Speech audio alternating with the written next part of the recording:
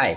Excel सीखने की इस सीरीज में आज है हमारा डे 4 और आज हम लोग बात करेंगे माइक्रोसॉफ्ट एक्सेल के अंदर कैसे हम डेटा को कट कॉपी पेस्ट करते हैं, फॉर्मेट पेंटर का यूज़ कैसे करते हैं। इसी के साथ साथ और भी कुछ चीज़ें हैं जो कि हम जानने वाले हैं। लास्ट वीडियो में मैंने आपको बता दिया था कि कॉलम्स कैसे ऐड करते हैं, कॉलम्स को डिलीट कैसे करते हैं, उसके अलावा रो को कैसे ऐड करते हैं, डिलीट करते हैं, अरेंज करना मैंने आपको बता दिया था। उसके अलावा डेटा की एंट्री कैसे की जाती है, एक फार्मूला मैंने आपको सम वाला बताया था, सीट का नाम चेंज करना बताया था। ये तमाम चीज़ें मैंने पिछले वीडियो में बता दी है। अगर आपने वो वीडियो नहीं देखी है तो उसका लिंक डिस्क्रिप्शन में है, आप ज़रूर देख लीजिएगा। इस वीडियो में हम लोग बात करने वाले हैं कट कॉपी पेस्ट के बारे में और जो भी छोटी छोटी ऑप्शंस हैं उनके बारे में। तो चलिए बिना देरी किए हुए वीडियो को शुरू करते हैं। तो मैं आ गया हूँ अपने कंप्यूटर स्क्रीन पर और यहाँ पर आप देख सकते हैं कि लास्ट टाइम हमने जो डेटा बनाया था और मैंने आपको कहा था कि जिस फाइल पे आप वर्क कर रहे हैं उसी पे आपको करना है। जो वर्कबुक हमने लास्ट टाइम बनाया था एक्सेल प्रैक्टिस, उसी को आपको बार बार खोलना है, उसी पे काम करना है। तो यहाँ पे देख सकते हैं कि मैंने लास्ट टाइम ये वाला बनाया रखा था। इसमें अगर आपको कोई चेंज करना है तो आप कर सकते हैं। जैसे मुझे टेक्स्ट का कलर लग रहा है कि थोड़ा सा चेंज कर देना चाहिए, दैट्स इट। अब यहाँ पर हम क्या करने वाले हैं, तो नेक्स्ट शीट पे चलते हैं। नेक्स्ट शीट हमारे पास होगा शीट 2, अगर ना मिले तो प्लस पे क्लिक करके आपको ले लेना है। ठीक, तो यहाँ पे शीट 2 आ चुका है। शीट 2 के ऊपर हम लोग कुछ कट कॉपी पेस्ट से रिलेटेड काम को करेंगे। ठीक है, और आई होप आपको कट कॉपी पेस्ट समझ में आता होगा। चलिए एक काम करते हैं, हम पिछले शीट से ही कुछ डाटा कॉपी करके इस पर ले आते हैं। तो उसके लिए हम पिछले शीट पर गए। मुझे इसमें से 5 रोल चाहिए, तो मैंने 5 रोल को सेलेक्ट किया और यहाँ पर आप देखो 2 ऑप्शन है, एक का नाम है कट और दूसरे का नाम है कॉपी। तो कट का काम क्या होता है कि जो चीज़ आपने सेलेक्ट किया है उसको परमानेंटली यहाँ से हटा देगा और जहाँ पर पेस्ट करेंगे वहाँ ला देगा। तो जैसे मैं फ़िलहाल के लिए कट करता हूँ इसे, तो मैंने ये कट कर लिया, यहाँ ब्लिंक करने लगा, इसका मतलब कट हो चुका है। और अगले सीट पर जाकर या फिर इसी सीट पर कहीं भी मैं इसे क्या कर देता हूँ, पेस्ट कर देता हूँ। तो आप क्या नोटिस कर रहे हैं कि यहाँ से ये रोल हट चुका है और यहाँ पर आ चुका है। तो ये होता है कट का काम। अब इसे दोबारा सुधारना है तो उसके लिए हम इसे अंडू कर देते हैं, जो कि ऊपर क्विक एक्सेस टूल बार में है, या उसका शॉर्टकट होता है कंट्रोल के साथ जेड। तो इसे हमने कर दिया, राइट। अब ये जो ब्लिंक कर रहा है इसको कैसे हटाए, कीबोर्ड में एक बटन होता है ESC नाम का, जो कि सबसे लेफ्ट टॉप कॉर्नर पे होता है, उसको दबा दीजिए, वो हट जाएगा। ठीक है, तो कट का कॉन्सेप्ट आप समझ गए कि इसे अगर यहाँ से पूरी तरह से हटा के कहीं और ले जाना है तो आप कट कर सकते हैं। बट मुझे क्या चाहिए, मुझे यहाँ से कुछ डेटा कॉपी करके ले जाना है। तो यहाँ से मैंने मान लो कि ये सिलेक्ट किया और सिलेक्ट करने के बाद में मैंने इसे कर लिया कॉपी। कॉपी करने के बाद हम अगले सीट पर आए और जहाँ पे कर्सर रखेंगे, मतलब जहाँ पर हम सेल को सिलेक्ट करेंगे वहीं पेस्ट होगा। ये रहा हमारा पेस्ट। अब पेस्ट में भी ना बहुत सारे ऑप्शन होते हैं। एक तो हो गया नॉर्मल पेस्ट, इससे क्या होता है कि आपने जो चीज़ कॉपी की है एज इट इज़ यहाँ पर पेस्ट हो जाएगी। फॉर एग्जांपल मैं इसे फिर से हटाता हूँ। फॉर एग्जांपल मैंने यहाँ से डेटा को कॉपी किया, किस तरीके से, ये कलर वाला डेटा। तो मैंने इसको कॉपी कर लिया और कॉपी करने के बाद हम चले गए, यहाँ पे मैंने इसे नॉर्मली पेस्ट कर दिया। देखो नॉर्मली पेस्ट करने के लिए आपको ऊपर वाले ऐप बटन पे क्लिक करना है। तो एज इट इज़ हो गया। लेट सपोज मुझे यहाँ पे पेस्ट करना है। अब दूसरी बात मैं आपको बता दूँ कि आप एक बार कॉपी करके जितनी बार चाहे पेस्ट कर सकते हैं, तब तक जब तक कि आप दूसरा कुछ कॉपी नहीं कर लेते हैं। ठीक है, तो अभी देखो यहाँ पर मैंने रखा है, राइट। और अब मुझे ये नीचे वाले बटन पे क्लिक करना है। यहाँ देख सकते हैं बहुत सारे ऑप्शन है, इनमें से हम ना यूज़ करके हम सीधा चलते हैं पेस्ट स्पेशल पे। पेस्ट स्पेशल एक अलग कॉन्सेप्ट है जो कि मैं आपको आगे आके बताऊंगा। आगे जब हम लोग पढ़ेंगे तो मैं इसके बारे में डिटेल से बताऊंगा कि पेस्ट स्पेशल से हम क्या क्या कर सकते हैं। लेकिन अभी के लिए फ़िलहाल मैं पेस्ट स्पेशल पे गया और मैंने इसमें से वैल्यू चूज़ किया। ऑल ना चूज़ करके मैंने क्या चूज़ किया, वैल्यू। और वैल्यू चूज़ करने के बाद बस ओके कर दिया। तो अभी आप देखो हुआ क्या कि पिछली बार जब मैंने यहाँ पे पेस्ट किया था तो कलर प्लस टेक्स्ट दोनों आया था और उसमें जो फॉर्मेटिंग की गई थी, बोल्ड किया गया था, लिखने का स्टाइल बदला गया था, सब आया था। इस बार पेस्ट किया तो केवल और केवल टेक्स्ट आया और ना ही उसमें किसी तरह की फॉर्मेटिंग भी नहीं आई, मतलब एकदम सिंपल सा टेक्स्ट आया। इसका कारण है कि हमने यहाँ से पेस्ट स्पेशल में जाके क्या चुना था, वैल्यू चुना था। ठीक है, उसी तरह से आप यहाँ पे और भी बहुत सारी चीज़ें हैं जिनको चुन सकते हैं। तो आई होप आपको इतनी बात क्लियर हो गई है। पेस्ट स्पेशल को हम लोग एक अलग क्लास में देखेंगे। ठीक है, अब कट, कॉपी और पेस्ट ये तो आप समझ चुके हैं। एक ऑप्शन होता है which is format painter. Format painter कैसे काम करता है वो मैं आपको समझा देता हूँ। जैसे मान लो इस वाले शीट पर आप आ जाइए। इस शीट पर मैं ये जो न्यू दिल्ली लिखा है, ये जो राहुल कुमार लिखा है, या पूरे लाइन को मैं अगर बात करूँ, पूरे लाइन को मैंने कर दिया सेंटर और बीच में मिडिल, ठीक है। उसके अलावा मैंने लिखने का स्टाइल चेंज कर दिया, थोड़ा सा साइज इंक्रीज कर दिया और यहाँ से इटैलिक कर दिया, या इटैलिक रहने देते हैं, लिखने का स्टाइल ही बदल देते हैं, छोड़िए, लिखने का स्टाइल दूसरा कर दिया। अब आप साफ देख पा रहे होंगे यहाँ पर क्या है कि लिखने का स्टाइल कुछ अलग है इस वाले सेल में और नीचे अलग है।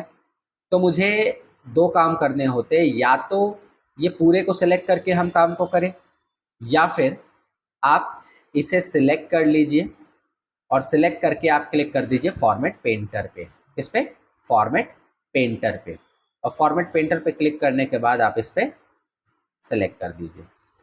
आप नोटिस करेंगे कि क्या हुआ, यहाँ पर वो सारी फॉर्मेटिंग आ गई जो कि ऊपर थी। फिर से एक बार देखेंगे, कंट्रोल जेड कर दिया मैंने क्या किया, जो भी फॉर्मेटिंग है, मतलब जिस सेल में फॉर्मेटिंग है उस सेल को सिलेक्ट किया।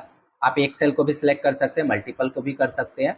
उसको सिलेक्ट किया, सिलेक्ट करने के बाद मैंने फॉर्मेट पेंटर पे क्लिक किया और जिस सेल को मैं चूज़ करूँगा वहाँ पे फॉर्मेटिंग अप्लाई हो जाएगी। आप देखिए जिसको मैंने चूज़ किया था बस वहीं फॉर्मेटिंग अप्लाई हुई, बाकी कहीं नहीं। तो ये होता है कि एक जगह की फॉर्मेटिंग को अगर आप चाहते हैं कि अलग अलग जगह पर की जाए तो आप फॉर्मेट पेंटर का इस्तेमाल कर सकते हैं, ठीक है। आई होप आपको इतनी बात क्लियर हो गई होगी।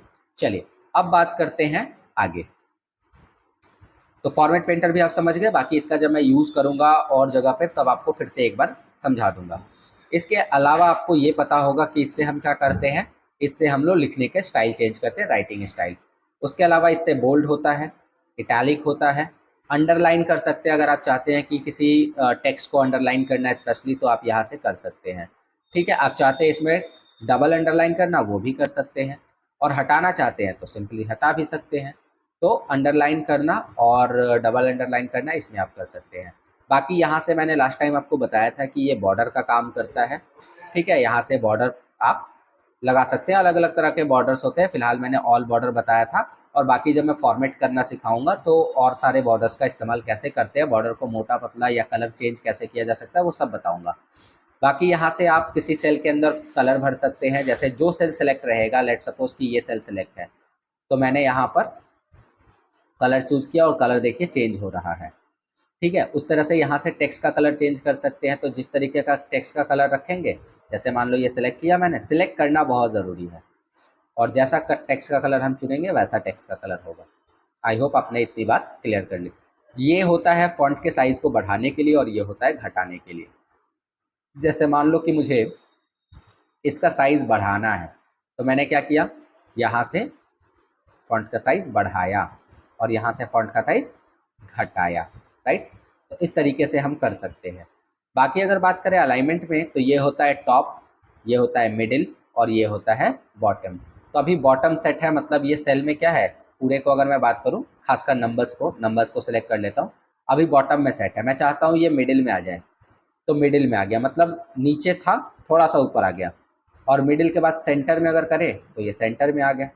इस तरीके से हम सेंटर में से सेटअप कर सकते हैं। बाकी बात करें, ये अलाइनमेंट होती है जो कि मैं आपको, इंडेंट होती है जिसको मैं आगे समझाऊंगा, और ये होता है हमारा ओरिएंटेशन जो कि मैं यहाँ पे समझा देता हूँ। मान लो कि आपको इसे थोड़ा तिरछा करके लिखना है तो ओरिएंटेशन में जाइए और कोई सा भी एक ओरिएंटेशन चुन सकते हैं। अभी यहाँ पर ये अच्छे से नहीं दिखाई दे रहा होगा, ठीक है। आप वर्टिकल भी चुन सकते हैं। तो इसको पहले तो मैं कैंसिल कर देता हूँ, जैसा था वैसा ही रहने देता हूँ। ओरिएंटेशन होता है टेक्स्ट की डायरेक्शन बदलने के लिए, जिसका इस्तेमाल हम कई बार करेंगे फॉर्मेटिंग वगैरह करते टाइम, ठीक है। बाकी ये दिया है रैप टेक्स्ट। अब इसका यूज़ बहुत ज़्यादा है। इसका यूज़ क्या है वो मैं आपको यहाँ समझा देता हूँ। मैंने आपको क्या कहा था कि जब हम यहाँ लिखते हैं माय नेम इज़ अमित, तो आप नोटिस करिए कि ये चीज़ जो है वो सेल के बाहर चली गई। अब सेल के बाहर ना जाए, सेल में ही रह जाए, इसके लिए आपको सेल को सिलेक्ट करके क्या करना होगा, रैप टेक्स्ट कर देना होगा, जिससे क्या होगा कि जो भी कंटेंट होगा वो सेल के अंदर ही आ जाएगा, भले 2 लाइन 3 लाइन में आए। एग्जाम्पल के लिए पहले ही मैंने इस सेल को क्या कर दिया, रैप टेक्स्ट कर दिया। लेट सपोज पहले ही इसको रैप टेक्स्ट कर दिया। और अब मैं यहाँ पे लिख रहा हूँ it is a new Excel video. तो आप नोटिस करिए क्या हो रहा है, ये इसी सेल में रह जा रहा है, जबकि अगर मैं बगल वाले में सेम चीज़ लिखूँ it is a new Excel video, तो आप क्या देख पा रहे हैं कि ये बाहर निकल जा रहा है। दोनों में फ़र्क क्या है, इस सेल को मैंने रैप टेक्स्ट ऑन किया था और इस सेल का मैंने रैप टेक्स्ट ऑन नहीं किया है। अगर मैं इस सेल का रैप टेक्स्ट यहाँ से बंद कर दूँ तो ये भी बाहर निकलने लगेगा, और चालू कर दूँ तो आ जाएगा। रैप टेक्स्ट का काम इतना ही होता है कि जो भी कंटेंट है उसको सेल में ही अरेंज कर दे, भले सेल कितना भी चौड़ा क्यों ना हो जाए। इसके अलावा ये है मर्ज, जिसका यूज़ हम लोग बहुत ज़्यादा करने वाले हैं डिज़ाइन करने समय। तो इसमें मैं समझा दूँ कि इसमें कुछ ऑप्शंस होते हैं, उसके लिए थोड़ा सा मैं नीचे आ जा रहा हूँ। पहले मैं कुछ सेल्स को सिलेक्ट कर लेता हूँ और उस पर बॉर्डर लगा लेता हूँ ताकि आपको मर्ज वाला ऑप्शन अच्छे से समझ में आए। अभी मर्ज का काम क्या होता है, जैसे मैंने ये 4 सेल सेलेक्ट किए और यहाँ से गया मैं मर्ज एंड सेंटर पे, तो ये हो गया मर्ज एंड सेंटर, मिक्स हो गया, ठीक है। उसी तरह से मान लो कि मैंने ये तीनों चारों सेलेक्ट किए और यहाँ से कर दिया मर्ज एंड सेंटर, तो ये मिक्स हो गए, है ना। अब इसमें एक ऑप्शन और दिया है विच इज़ मर्ज अक्रॉस। तो मर्ज अक्रॉस क्या होता है कि एक बार में एक लाइन हमने सेलेक्ट किया, 2 लाइन सेलेक्ट किया, 3 लाइन सेलेक्ट किया और मैं चाहता हूँ तीनों मर्ज हो जाए, तो उसके लिए हमें यूज़ करना होता है मर्ज अक्रॉस। तो आप देखो यहाँ पर तीनों लाइन क्या हो चुके हैं, तीनों रो से मर्ज हो चुके हैं। मर्ज का मतलब होता है आपस में मिलाना। अब आप कहेंगे कि अगर इसको वापस पहले जैसा करना है तो आपको मर्ज को बस जाकर क्या कर देना है, अनमर्ज कर देना है और बॉर्डर लगा देना है। फिर से इसको भी वही करेंगे, अनमर्ज कर देंगे एंड बॉर्डर लगा देंगे। इसमें भी क्या करेंगे, अनमर्ज कर देंगे एंड बॉर्डर लगा देंगे। तो इस तरीके से हम मर्ज का इस्तेमाल भी करते हैं। आई होप आपको इतनी ऑप्शन समझ में आ गई है। अब आने वाले वीडियो में मैं आपको बताऊंगा कि ये नंबर फॉर्मेटिंग क्या होता है, उसके अलावा conditional formatting, format as table, ये सब क्या होते हैं, शॉर्ट एंड फिल्टर क्या होता है, ये सब हम लोग आने वाली वीडियोज़ में देखेंगे। तो उम्मीद करता हूँ कि आज की ये वीडियो आपको क्लियर समझ में आई है। चलिए मिलता हूँ आपसे नेक्स्ट वीडियो में।